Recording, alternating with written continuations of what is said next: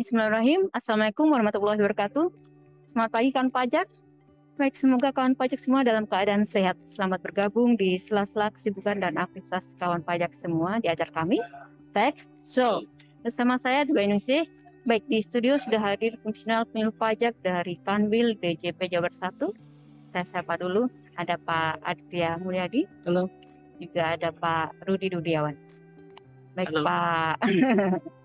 Pak Rudi dan Pak Adit, bagaimana kabarnya nih pagi ini? Alhamdulillah sehat dan luar biasa.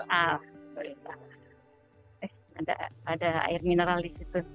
Biasanya satunya kopi ya Pak ya? Oh iya, lawannya biasa kopi ya? Atau nggak teh manis? Iya. Oh iya. Pembahasan kita hari ini Apa Pak? Kita mau bahas apa ini sekarang? penyerahan barang hasil pertanian. Ya kopi ya. Iya. Kita bahas itu ya Pak ya. Atau es teh manis kan di dalamnya ada gula. Ada gulanya, iya. Berarti ada. Itu kan hasil pertanian atau perkebunan sebenarnya? Hasil pertanian. Pertanian ya sebutnya ya. Kita bahas itu ya Pak. Ya. Berarti ya ada tadi kopi, ada gula, atau mungkin barangkali ada jenis-jenis yang lainnya juga. Nanti ya. kita Bahas ya. Baik. PMK 64 ya. Iya. Ya, baik. Nah, ada PMK-nya, aturan PMK 64 tahun 2022 ini ya Pak ya? PPN atas penyerahan barang hasil pertanian tertentu ya. Baik. Nyambung berarti ini.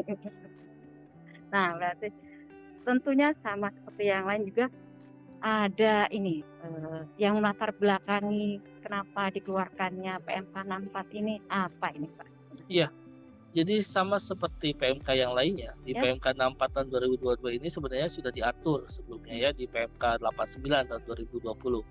Hanya karena ada perubahan tarif PPN di pasal 7 ayat 1 Undang-Undang PPN, maka PMK 89 ini mau tidak mau harus melakukan update. Gitu ya. Harus melakukan update yaitu PMK 64 tahun 2022. Selain itu juga di sini mengatur mengenai pemungutan dan penyaluran PPN dengan besaran tertentu, di mana sebelumnya kan ini tidak dikenal ya dengan kata-kata besaran tertentu ini karena hanya ada di Undang-Undang HPP gitu ya.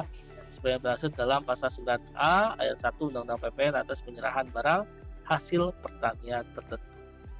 Ini ada barang hasil pertanian tertentu dan juga nanti ada besaran tertentu gitu ya Pak. Baik Pak, saya jadi penasaran juga nih. Tadi kan kita sedikit mengulas kopi contohnya ya, kopi, gula. Barangkali ada ini, apa lagi atau objek apa saja sih yang diatur di PMK 64 ini? Memang ada banyak yang diatur di PMK 64 ini ya, untuk barang hasil pertanian tertentu atau BHPT. Nanti rekan-rekan kawan pajak semua akan ditampilkan contohnya itu sebetulnya ada di lampiran PMK 64 ini ya. Seperti ini. Seperti ini ya. Rekan-rekan banyak ya. Lumayan ya Pak. Dibacain satu-satu kayaknya lumayan ya Pak ya. Nanti rekan-rekan bisa download tersendiri atas lampiran PMK ini ya. PMK 64 ini ya Pak ya. Jadi apa saja yang masuk ke dalam barang hasil pertanian tertentu. Iya. Atau gini Pak, tadi kan terkait tarifnya, ini kan ada tadi ada seperti Pak Adit bilang ada besaran tertentu. Jadi ini bagaimana ini cara menghitung PPN-nya? Ya, jadi seperti sudah saya ungkap sebelumnya, untuk menghitung PPN-nya sekarang menggunakan metode namanya besaran tertentu, gitu ya, untuk PPN terutama. Berapa tarifnya? Yaitu 1,1% dari harga jual. Itu mulai 1 April tahun 2022. Nanti ketika tarif PPN naik menjadi 25% di tahun 2025, mohon maaf jadi 12% di tahun 2025, maka besaran tertentunya pun akan berubah menjadi 1,2% dari harga jual. Itu ya, 1 Januari tahun 2025 nanti ya. Dari mana sih itu 1,1%, 1,2%? Itu adalah besaran tertentu yang sudah DJP tentukan, itu sebenarnya diperoleh dari 10% dikalikan tarif PPN yang berlaku dikalikan dengan harga jual. Jadi 10% dikalikan tarif PPN yang berlaku sekarang 11% dikalikan harga jual. Nah, tapi sebenarnya ini adalah besaran tertentu yang sudah ditetapkan oleh pemerintah. Mereka sekarang ya sudah langsung 1,1 kali harga jual. Betul. Gitu ya. Jadi kawan pajak tidak perlu mengingat lagi dari mana ini asalnya, tidak perlu. Jadi langsung saja 1,1 untuk sampai 2022 sampai tahun 2024, nanti tahun 2025 1,2%. Itu saja yang penting. Ya, baik. Nah, ini ketentuannya ini bagaimana nih? Bagaimana ketentuan penggunaan besaran tertentu, Pak? Baik, untuk ketentuan penggunaan besaran tertentu, yang pertama yaitu PKP dapat menggunakan besaran tertentu atau BHPT atas objek BHPT-nya untuk memungut dan menyetorkan PPN yang terutang dengan menyampaikan pemberitahuan. Format pemberitahuannya itu nanti ada di lampiran PMK ini ya. PMK 64 ini ya Pak? Ya. Baik. Terus yang kedua yang perlu diperhatikan, pemberitahuan disampaikan paling lambat pada saat batas waktu penyampaian SPT masa PPN masa pajak pertama dimulainya penggunaan besaran tertentu PPN terutang atas penyerahan BHPT. Paling lambat pada saat batas waktu penyampaian SPT masa PPN masa pajak pertama dimulainya penggunaan besaran tertentu PPN terutang atas penyerahan BHPT-nya, seperti itu ya Pak? Ya. Terus yang ketiga yang perlu diperhatikan, PKP yang telah memilih menggunakan besaran tertentu itu boleh beralih atau dapat beralih untuk memungut PPN yang terutang dengan tarif sebagaimana diatur dalam pasal 7 ayat 1 Undang-Undang PPN dengan menyampaikan pemberitahuan lagi. Tentunya formatnya tercantum dalam lampiran PMK ini ya. Tadi berarti ketika dia mau berubah, ya dari beralih besaran lagi tertentu menjadi ke apa istilahnya tarif normal seperti itu ya mungkin ya. Berarti bisa ya Pak ya. Tentunya dengan menyampaikan pemberitahuan. Baik. Selanjutnya apa lagi nih Pak? Nah, terus yang perlu diperhatikan, pemungutan dengan tarif sebagaimana diatur dalam pasal 7 ayat 1 Undang-Undang PPN hanya dapat dilakukan di masa pajak pertama setelah berakhirnya tahun pajak yang menggunakan besaran tertentu. Oh, baru bisa dilakukan di masa pajak pertama setelah berakhirnya tahun pajak yang awalnya tadi menggunakan besaran tertentu. Ya, dan terakhir yang perlu diperhatikan, PKP yang beralih sebagaimana dimaksud di atas tidak dapat menggunakan kembali besaran tertentu untuk masa dan tahun-tahun pajak berikutnya. Bentar, PKP yang beralih tadi kan beralih menjadi istilahnya tarif normal, tidak dapat menggunakan kembali besaran tertentu untuk masa-masa dan tahun pajak berikutnya. Saya jadi ingat ini PP 23 ya. Betul. Contohnya ketika wajib pajak sudah apa istilahnya sudah memberitahukan atau memilih untuk menggunakan tarif normal, dia tidak bisa berbalik kembali, tidak bisa menggunakan kembali tarif yang 0,5%. Betul ya. Seperti itu ya. Betul, ini memang sudah menjadi concern dari pajak. Tentunya ini adalah untuk mencegah terjadinya wajib pajak melakukan peralihan secara terus menerus, dan ini akan membuat kesulitan DJP dalam rangka pengawasan, begitu ya. Makanya ketika misalkan wajib pajak bisa memilih apakah menggunakan besaran tertentu atau menggunakan normal, tapi kalau sudah menggunakan yang normal ya tidak bisa menggunakan besaran tertentu, begitu. Konsekuensinya ada, oleh karena itu harus diperhitungkan dengan matang-matang. Berarti ini wajib pajak juga bisa istilahnya menghitung, menimbang kayak gitu ya. Betul. Saya mending pakai istilahnya besaran tertentu atau tarif normal seperti itu ya, sama seperti yang di PP 23 itu ya Pak ya berarti. Baik, nah ini terkait PPN kan biasanya ada PKPM kemudian, nah ini pengkreditan PM-nya bagaimana Pak? Ya, seperti yang tadi sudah Pak Rudi bilang kan, berarti kan wajib pajak nih bisa memilih nih apakah menggunakan besaran tertentu atau menggunakan yang normal. Nah, tentunya juga ada konsekuensinya. Salah satunya pada saat pengkreditan pajak masukan. Bila pajak masukan atas perolehan barang kena pajak dan atau jasa kena pajak, impor barang kena pajak, serta pemanfaatan barang kena pajak tidak berwujud dan pemanfaatan jasa kena pajak dari luar daerah pabean di dalam daerah pabean, sehubungan dengan kegiatan penyerahan barang hasil pertanian tertentu, bila menggunakan besaran tertentu maka tidak dapat dikreditkan. Karena di dalamnya tarifnya simpel 1,1 atau 1,2, di dalamnya sudah memperhitungkan pajak masukan dan pajak keluaran. Sebaliknya kalau bisa memilih untuk yang normal ya silakan bisa menggunakan PKPM seperti normal biasa. Itu semuanya ada konsekuensinya. Mana yang mau dipilih oleh wajib pajak dipersilakan. Tadi juga wajib pajak bisa memilih, memperhitungkan, Betul. menimbang mana ya, mau pakai yang mana istilahnya Ya, seperti itu ya Pak karena ya. kan tentunya pemerintah juga menganggap bahwa penyerahan barang kena pajak dari petani tertentu itu Ya. sangat penting, ya. Ya. Sangat penting. Oleh karena itu para petani, para pengusahanya juga harus diberikan suatu privilege atau diberikan suatu kemudahan-kemudahan dalam hal administrasi perpajakan khususnya di PPN. Jangan sampai karena ketidaktahuan jadi bingung gitu ya. Kalau normal kan ada PK, ada PM dan segala macam bingung. Nah, dengan adanya besaran tertentu maka wajib pajak bisa lebih lebih simpel lagi gitu ya. Sederhana. Lebih sederhana dalam melaksanakan kewajiban PPN-nya karena sudah memperhitungkan besaran tertentu gitu. Baik. Tadi baik, semoga kawan pajak tercerahkan Ya. ada besaran tertentu dan juga barangnya bisa ada tarif normal seperti itu, bisa memilih. Baik kawan pajak, kita break dulu untuk kita lihat informasi perpajakan berikut ini.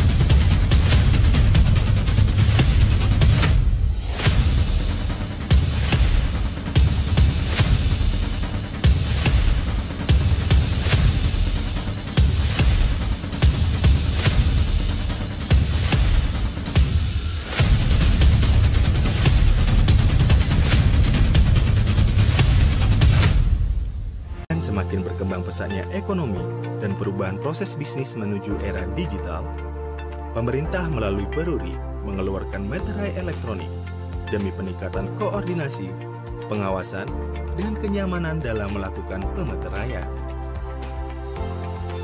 Dengan dibekali teknologi Digital Signature X.509, SHA 512, dan 3 fitur keamanan tambahan. Yang pertama, Over, di mana 70% desain meterai elektronik merupakan barcode unik yang berbeda setiap meterai.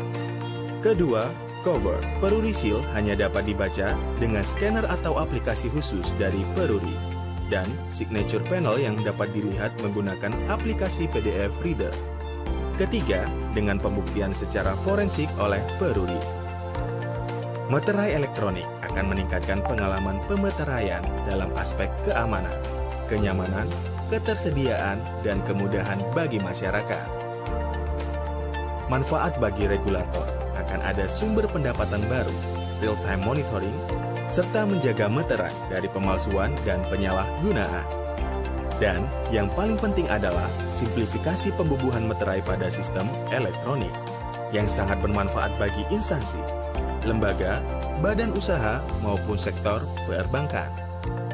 Meterai elektronik tersedia melalui portal e-Meterai yang memungkinkan setiap individu dapat memesan langsung meterai elektronik dan mempermudah perusahaan serta reseller dalam melakukan pembelian maupun pembubuhan secara langsung. Meterai elektronik, mudah dan aman. Baik kawan pajak, kita kembali lagi di acara kami Tax Soul. Nah, tadi sebelum break kita sempat membahas yang tadi pada besaran tertentu, kemudian wajib pajak juga bisa memilih dengan mengajukan pemberitahuan seperti itu apabila mereka mau beralih ke tarif normal, kurang lebih seperti itu. Nah, kemudian terkait ini, penyerahan barang hasil pertanian tertentu ini, apakah ada pihak yang ditunjuk sebagai pemungut PPN-nya? Ya, dalam case seperti penyerahan produk pertanian ini, itu ada badan usaha industri yang melakukan pengolahan barang hasil pertanian, perkebunan, dan kehutanan yang memperoleh barang hasil pertanian tertentu, BHPT. Dari PKP yang menggunakan besaran tertentu, itu bisa ditunjuk sebagai pemungut PPN. Berarti tadi badan usaha industri yang melakukan pengolahan barang hasil pertanian, perkebunan, dan kehutanan yang memperoleh BHPT tadi ya Pak ya, kita ditunjuk sebagai pemungut PPN-nya. Ada pemungut PPN berarti terkait juga nih bagaimana ketentuan faktur pajaknya. Jadi di sini kawan pajak semua ketentuan faktur pajak sebagaimana kita ketahui bahwa status sebagai pengusaha kena pajak tidak bisa dilepaskan dari yang namanya administrasi faktur pajak, gitu ya, karena kewajibannya adalah membuat faktur pajak. PKP, PKP atau pengusaha kena pajak itu wajib memberikan faktur pajak itu saat penyerahan barang hasil pendanaan tertentu. PKP yang memungut dan menyetorkan PPN terutang atas penyerahan PHP tertentu dengan besaran tertentu wajib memberikan faktur pajak sesuai dengan ketentuan peraturan perundang-undangan, di mana kode dan nomor seri faktur pajaknya adalah menggunakan kode 03. 03. Iya. 03 itu 03 pemungut ya? Ya, diberikan oleh PKP yang melakukan penyerahan barang hasil pendanaan tertentu dengan besaran tertentu kepada pemungut PPN lainnya. Itu kalau 01 kan swasta, 02 itu biasanya pemungut pemerintah. 03 itu adalah pemungut lainnya. Berarti pemungut selain instansi pemerintah. Betul, ya Pak ya? Pemungut lainnya selain pemungut instansi pemerintah. Atau menggunakan kode 05. 05 apa itu Pak? Bila diterbitkan oleh PKP yang melakukan penyerahan barang hasil pendanaan tertentu dan menggunakan besaran tertentu kepada selain pemungut PPN. Gitu. Kalau jadi, kepada selain pemungut PPN tadi kodenya 05. Karena kan 05 itu sama seperti kita yang bahas sebelumnya tuh yang soal LPG ya. Untuk PKP tertentu yang dikenakan kode 05. Jadi tergantung kepada siapa faktur pajak itu ditujukan. Kalau misalnya kepada pemungut tadi ya, seperti baru dibilang, industri yang melakukan badan usaha yang melakukan pengolahan itu yang menggunakan 03. Tapi kalau misalnya kepada yang lainnya maka 05. Baik, ini Pak, tadi kan kalau ini untuk PKP yang menyerahkan barang hasil pertanian tertentu menggunakan nilaian yang sebelumnya diatur di PMK 89 tahun 2020 itu ketentuannya bagaimana nih untuk saat ini Pak? Ya, bagi PKP yang menyerahkan BHP tertentu mendapat nilai lain sesuai PMK 89 tahun 2020 sebelumnya dianggap memilih menggunakan besaran tertentu BHPT dan dianggap telah menyampaikan pemberitahuan. Jadi sudah dianggap menyampaikan pemberitahuan ya Pak ya. PKP dapat beralih untuk memungut PPN yang terutang dengan mengalihkan tarif sebagaimana dimaksud dalam pasal 7 ayat 1 Undang-Undang PPN dengan harga jual. Peralihan tersebut mengikuti ketentuan sebagaimana dimaksud dalam pasal 5 Peraturan Menteri ini. Pada saat Peraturan Menteri ini berlaku, maka PMK nomor 89 tahun 2020 tentang nilai lain sebagai dasar pengenaan pajak atas penyerahan BHPT dicabut dan dinyatakan tidak berlaku.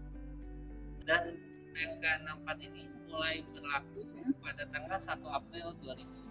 Ini tentunya kalau kita ada contoh kasusnya lebih jelas ya Pak ya. Bisa dicontohkan ini Pak. Saya coba contohkan kasus seperti ini ya.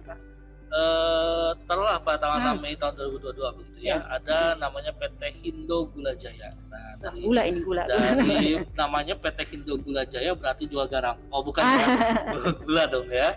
Betul. Yang memilih untuk menggunakan besaran tertentu BHPT. Jadi sudah memilih ya menggunakan besaran tertentu. Melakukan penyerahan barang tebu gitu ya. Batang tebu. Sebanyak 70 ton perusahaan gula.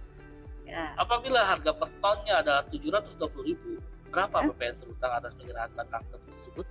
Nah, berdasarkan PMK 64 ini, maka pengusaha kena pajak yang melakukan kegiatan penyerahan barang hasil pertanian tertentu itu dapat menggunakan besaran tertentu untuk memungut dan menyetorkan PPN yang terutang. Tata cara perhitungannya adalah di mana PPN BHPT adalah 1,1% kali harga jual. Lain lagi nanti kalau tahun 2025 ya 1,2%. Dan demikian perhitungan PPN-nya adalah 70 dikalikan 720 dikalikan dengan tarifnya 1,1%. Gitu ya. Jadi 1,1% dikalikan 70 kali 720. Jadi dengan demikian perhitungan PPN atas transaksi tersebut itu seperti ini. Dasar pengenaan pajaknya adalah 70 ton kali 720.000. Nah, berarti kan itu sekitar 50.400.000. Ya kan? Yakinlah. Nah, lalu bagaimana PPN terutamanya? Ketika menggunakan besaran tertentu maka tarifnya menjadi 1,1%. Tinggal langsung saja kalikan tarifnya 1,1% dikalikan 50.400.000. Hasilnya adalah 554.400. yang Daripada dipakai. saya tahu, saya ada contekannya. Yakin lah. Oke.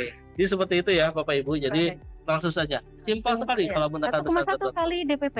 Betul. Jangan lupa tahun 2025 menjadi Oh, ya, 1,2%. Nah, ada contoh lagi nggak Pak? Biar kawan pajak lebih mudah mencerna. Iya, ini ada contoh lainnya case-nya. Apa, Pak? Ya. Misalkan ada PT Kofiku. Kopi. Ini PT Kofiku berarti ini Jual jual apa ini? coklat. Mau dong.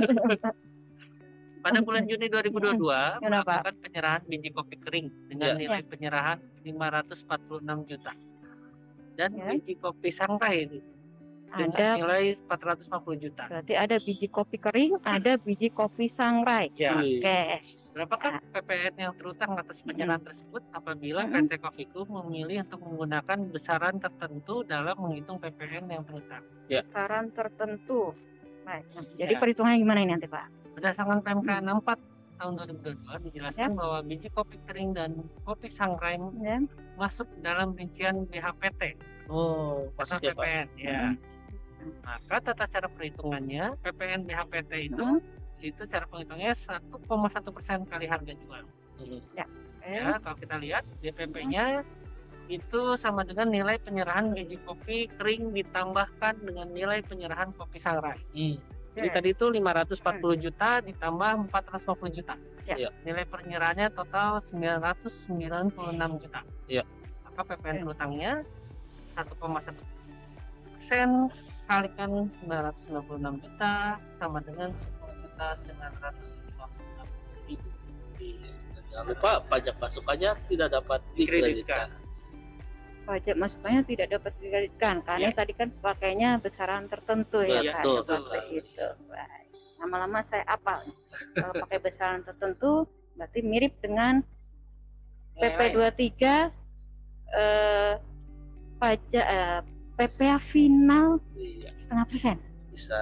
Jadi final dia tidak bisa dikreditkan. Betul Seperti sekali. itu. Kurang lebih pengertiannya ya Pak ya, bisa Ya. kita analogikan seperti itu ya. Bisa. Baik, berarti kita ngomong kopi, gula, gitu. Ternyata ada PPN-nya Iya. atas penyerahan barang hasil pertanian tertentu seperti Iya. itu. Dan kemudian ada pihak yang ditunjuk sebagai pemuknya. Kemudian tadi ada yang bisa memilih ya, Ya. antara apakah mau menggunakan besaran tertentu, wajib pajak bisa memilih apakah menggunakan besaran tertentu atau istilahnya tarif normal seperti itu. Betul. Dan juga ketika sudah menggunakan tarif normal, tidak bisa balik lagi menggunakan besaran tertentu seperti itu. Baik kawan pajak, tak terasa kita sudah sampai di penghujung acara. Terima kasih banyak atas kebersamaan kawan pajak. Semoga apa yang kami perbincangkan kali ini bisa bermanfaat bagi kawan pajak semua. Jangan lupa follow akun sosial media kami di Instagram dan Twitter @pajakjabar1, juga di Facebook dan YouTube di Kanwil DJP Jabar 1.